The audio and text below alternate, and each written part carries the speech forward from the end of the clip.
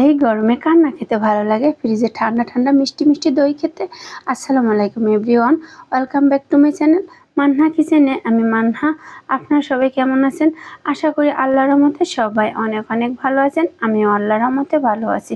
আমার প্রিয় ভিউয়ার্সরা, আজকে আমি আপনাদের জন্য নিয়ে আসলাম বাজার থেকে যে আমরা নামি দামি ব্র্যান্ডের দই কিনে খেয়ে থাকি, ঠিক সেরকমই পারফেক্ট দই রেসিপি নিয়ে এসেছি। অনেক কিছু সিক্রেট আছে আপনাদের কাছে শেয়ার করব, অবশ্যই সম্পূর্ণ ভিডিওটি দেখবেন।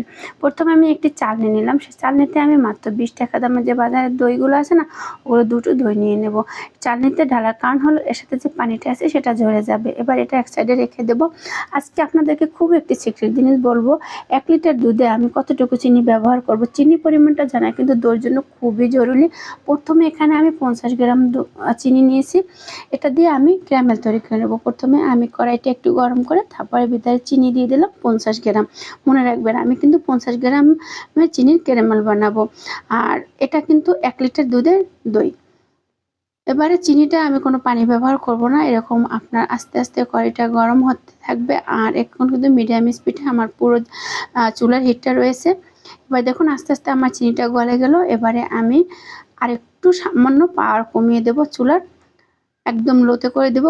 লোতে করার পরে দেখুন এরকম কালার চলে আসলে এখানে আমি দিয়ে দেব 1 কাপ দুধ। আর দুধটা গরম থাকলে বেশি ভালো হয়, কিন্তু আমারটা একটু ঠান্ডা ছিল। ঠান্ডা হলে সমস্যা নেই, আস্তে আস্তে আপনার ক্যারামেলটার সাথে দুধটা মিশে যাবে। এই দেখুন আমার দুধটা একটু ঠান্ডা ছিল, তাই কিন্তু জমাট বেঁধে গেছে। যদি এখানে গরম দুধ হতো তাহলে কিন্তু এটা বাড়তো না। তার সমস্যা নেই, আপনি চুলার জাল পেতে পেতে ক্যারামেলটা দুধের সাথে গলে যাবে। এবারে আমি ক্যারামেলটা সুন্দরভাবে দুধের সাথে গলিয়ে তারপর এখানে আমি দিয়ে দেবো 1 লিটার দুধ। আমি আর বাকি যতটুকু দুধ আছে সেটা এই ক্যারামেলের ভিতরে দিয়ে দেবো। আর ক্যারামেল দিয়ে দই বানালে দেখতে খুব সুন্দর লাগে, আর খেতেও কিন্তু ভালো লাগবে, কারণ দেখতে সুন্দর হলে সেই জিনিসটা কিন্তু খেতেও ভালো লাগে। আজকে আমি আপনাদেরকে বলবো 1 লিটার দুধের জন্য কতটুকু চিনির প্রয়োজন। 1 লিটার দুধের জন্য আমাদের প্রয়োজন 250 গ্রাম, মানে 250 গ্রাম চিনি। আর এই 250 গ্রামের চিনি আমি প্রথমে 50 গ্রাম দিয়ে ক্যারামেল বানিয়ে নিলাম, পরে আমি এখানে 200 গ্রাম অ্যাড করবো। আমরা যখন দই তৈরি করি তখন কিন্তু আমরা কি করি, একসাথে দুধের সাথে চিনিটা দিয়ে দিই। আসলে ওরকমভাবে দেওয়া ঠিক না। আজকের রেসিপিটি ফলো করুন, অবশ্যই দেখবেন যে কখন আমি চিনিটা ব্যবহার করি। এবার আমি সম্পূর্ণ দুধটা দিয়ে দেবো। এখানে আমি 1 লিটার দুধ নিয়েছি, আর এটা ছিল একদম গরুর দুধ। গরুর দুধ যদি নেন তাহলে অনেক ভালো হবে, খাঁটি। আর আপনারা যে মিল্ক বিটা বা আপনার যে কোনো ব্র্যান্ডের যে দুধগুলো বাইরে কিনতে পাওয়া যায় না, ওগুলো নিলেও হবে। ফুল, কিন্তু ওগুলোতে ফুল ফ্যাট থাকে না, গরুর দুধে কিন্তু ফুল ফ্যাট থাকে। আর অবশ্যই অনবরত নেড়েচেড়ে দুধটা জ্বালিয়ে নেবেন। যদি আপনারা নাড়া বন্ধ করেন তাহলে কিন্তু তলে লেগে যাবে, দইটা কিন্তু পারফেক্ট ভালো হবে না, কারণ তলে ফ্যাটটা লেগে গেলে আর ভালো হবে না। এবারে এখানে আমি গুঁড়া দুধ অ্যাড করবো। এর জন্য আমি কয়েক চামচ দুধ উঠিয়ে নিলাম, গরম দুধ। তার ভিতরে আমি এখানে 5 টেবিল চামচ আপনার গুঁড়ো দুধ দিয়ে দেবো। এটা ছিল ডিপ্লোমা দুধ। এটা দিলে না দইটা আরও পারফেক্ট, আর একদম নামি দামি ব্র্যান্ডের দইয়ের চেয়েও পারফেক্ট হবে ইনশাল্লাহ।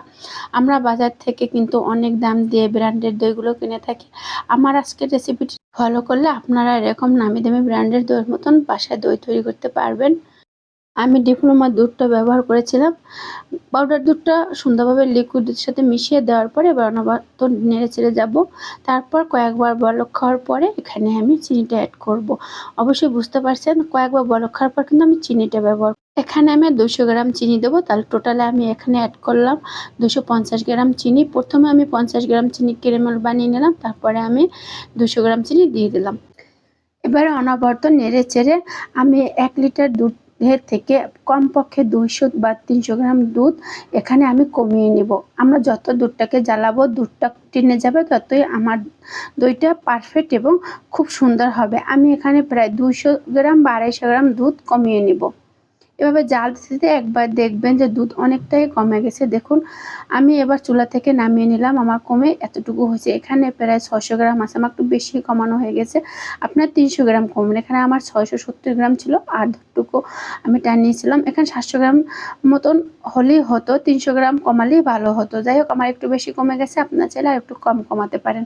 অনবরত নেড়ে চেড়ে আমি দুধটাকে ঠান্ডা করে নেবো। আর একবারে ঠান্ডা করা যাবে না, এখানে কুসুম গরমের থেকে একটু বেশি গরম রাখতে হবে। এমনভাবে গরম থাকতে হবে যে একটা আঙ্গুল দিলে আপনার আঙ্গুলটা গরমটা সহ্য করতে পারে, এই অবস্থায় গরমটা থাকতে হবে।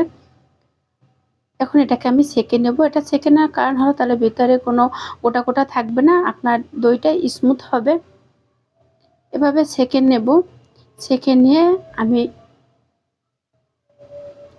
নেড়েছি, এটাকে সুন্দরভাবে ছেঁকে নিলাম। এবার দইয়ের ভিতরে আমি কিছুটা দুধ নিব। দুধ নিয়ে আমি এরকম ফেটিয়ে নিব। অবশ্যই এরকম ফেটিয়ে নেবেন, হ্যান্ড উইচ দিয়ে ফেটালে আরও ভালো হবে। প্রথমে আমি এরকম একটা চামচ দিয়ে ফেটিয়ে ভিতরে দিয়ে দেব। আমি ভিতরে দিয়ে দিলাম। দেওয়ার পরে এবারে আমি সুন্দরভাবে ফেটিয়ে নিলাম। ফেটিয়ে নেওয়ার পরে এবারে আমি যে পাত্রে দিব সেই পাত্রটা কিন্তু অবশ্যই শুকনো এবং পরিষ্কার হতে হবে। আর এরকম আমি একটি মাটির পাত্র নিয়েছিলাম। আপনার চাইলে যে কোনো বক্সে বা যে কোনো কিছুতে এটা মানে পাত্রে যে কোনো পাত্রে এটাকে আপনি সেট করতে পারেন। আমি এরকম 2টি মাটির পাত্রে ঢেলে নিয়েছিলাম। আমি একটা জিনিস ভুল করেছিলাম, আমার 2টি পাত্রে না ঢেলে একটা পাত্রে মানে হতো, কিন্তু আমি ভাবছি যে যদি না হয় যেন 2টি পাত্রে দিছি, কিন্তু পরবর্তীতে দেখলাম না 2টি পাত্রে হতো, কারণ এরকম পাত্রে আমার বানানোর অভিজ্ঞতা ছিল না।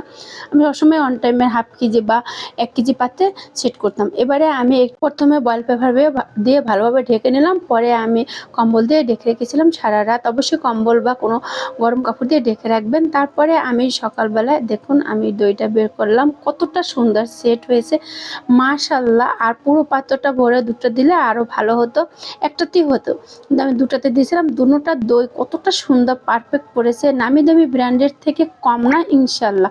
তা হয়তো আপনারা দেখি বুঝবেন। মাশাআল্লাহ, অসাধারণ একটি দই মানে সেট হয়েছে। আপনাদের কাছে কেমন লাগলো অবশ্যই কমেন্ট করে জানাবেন।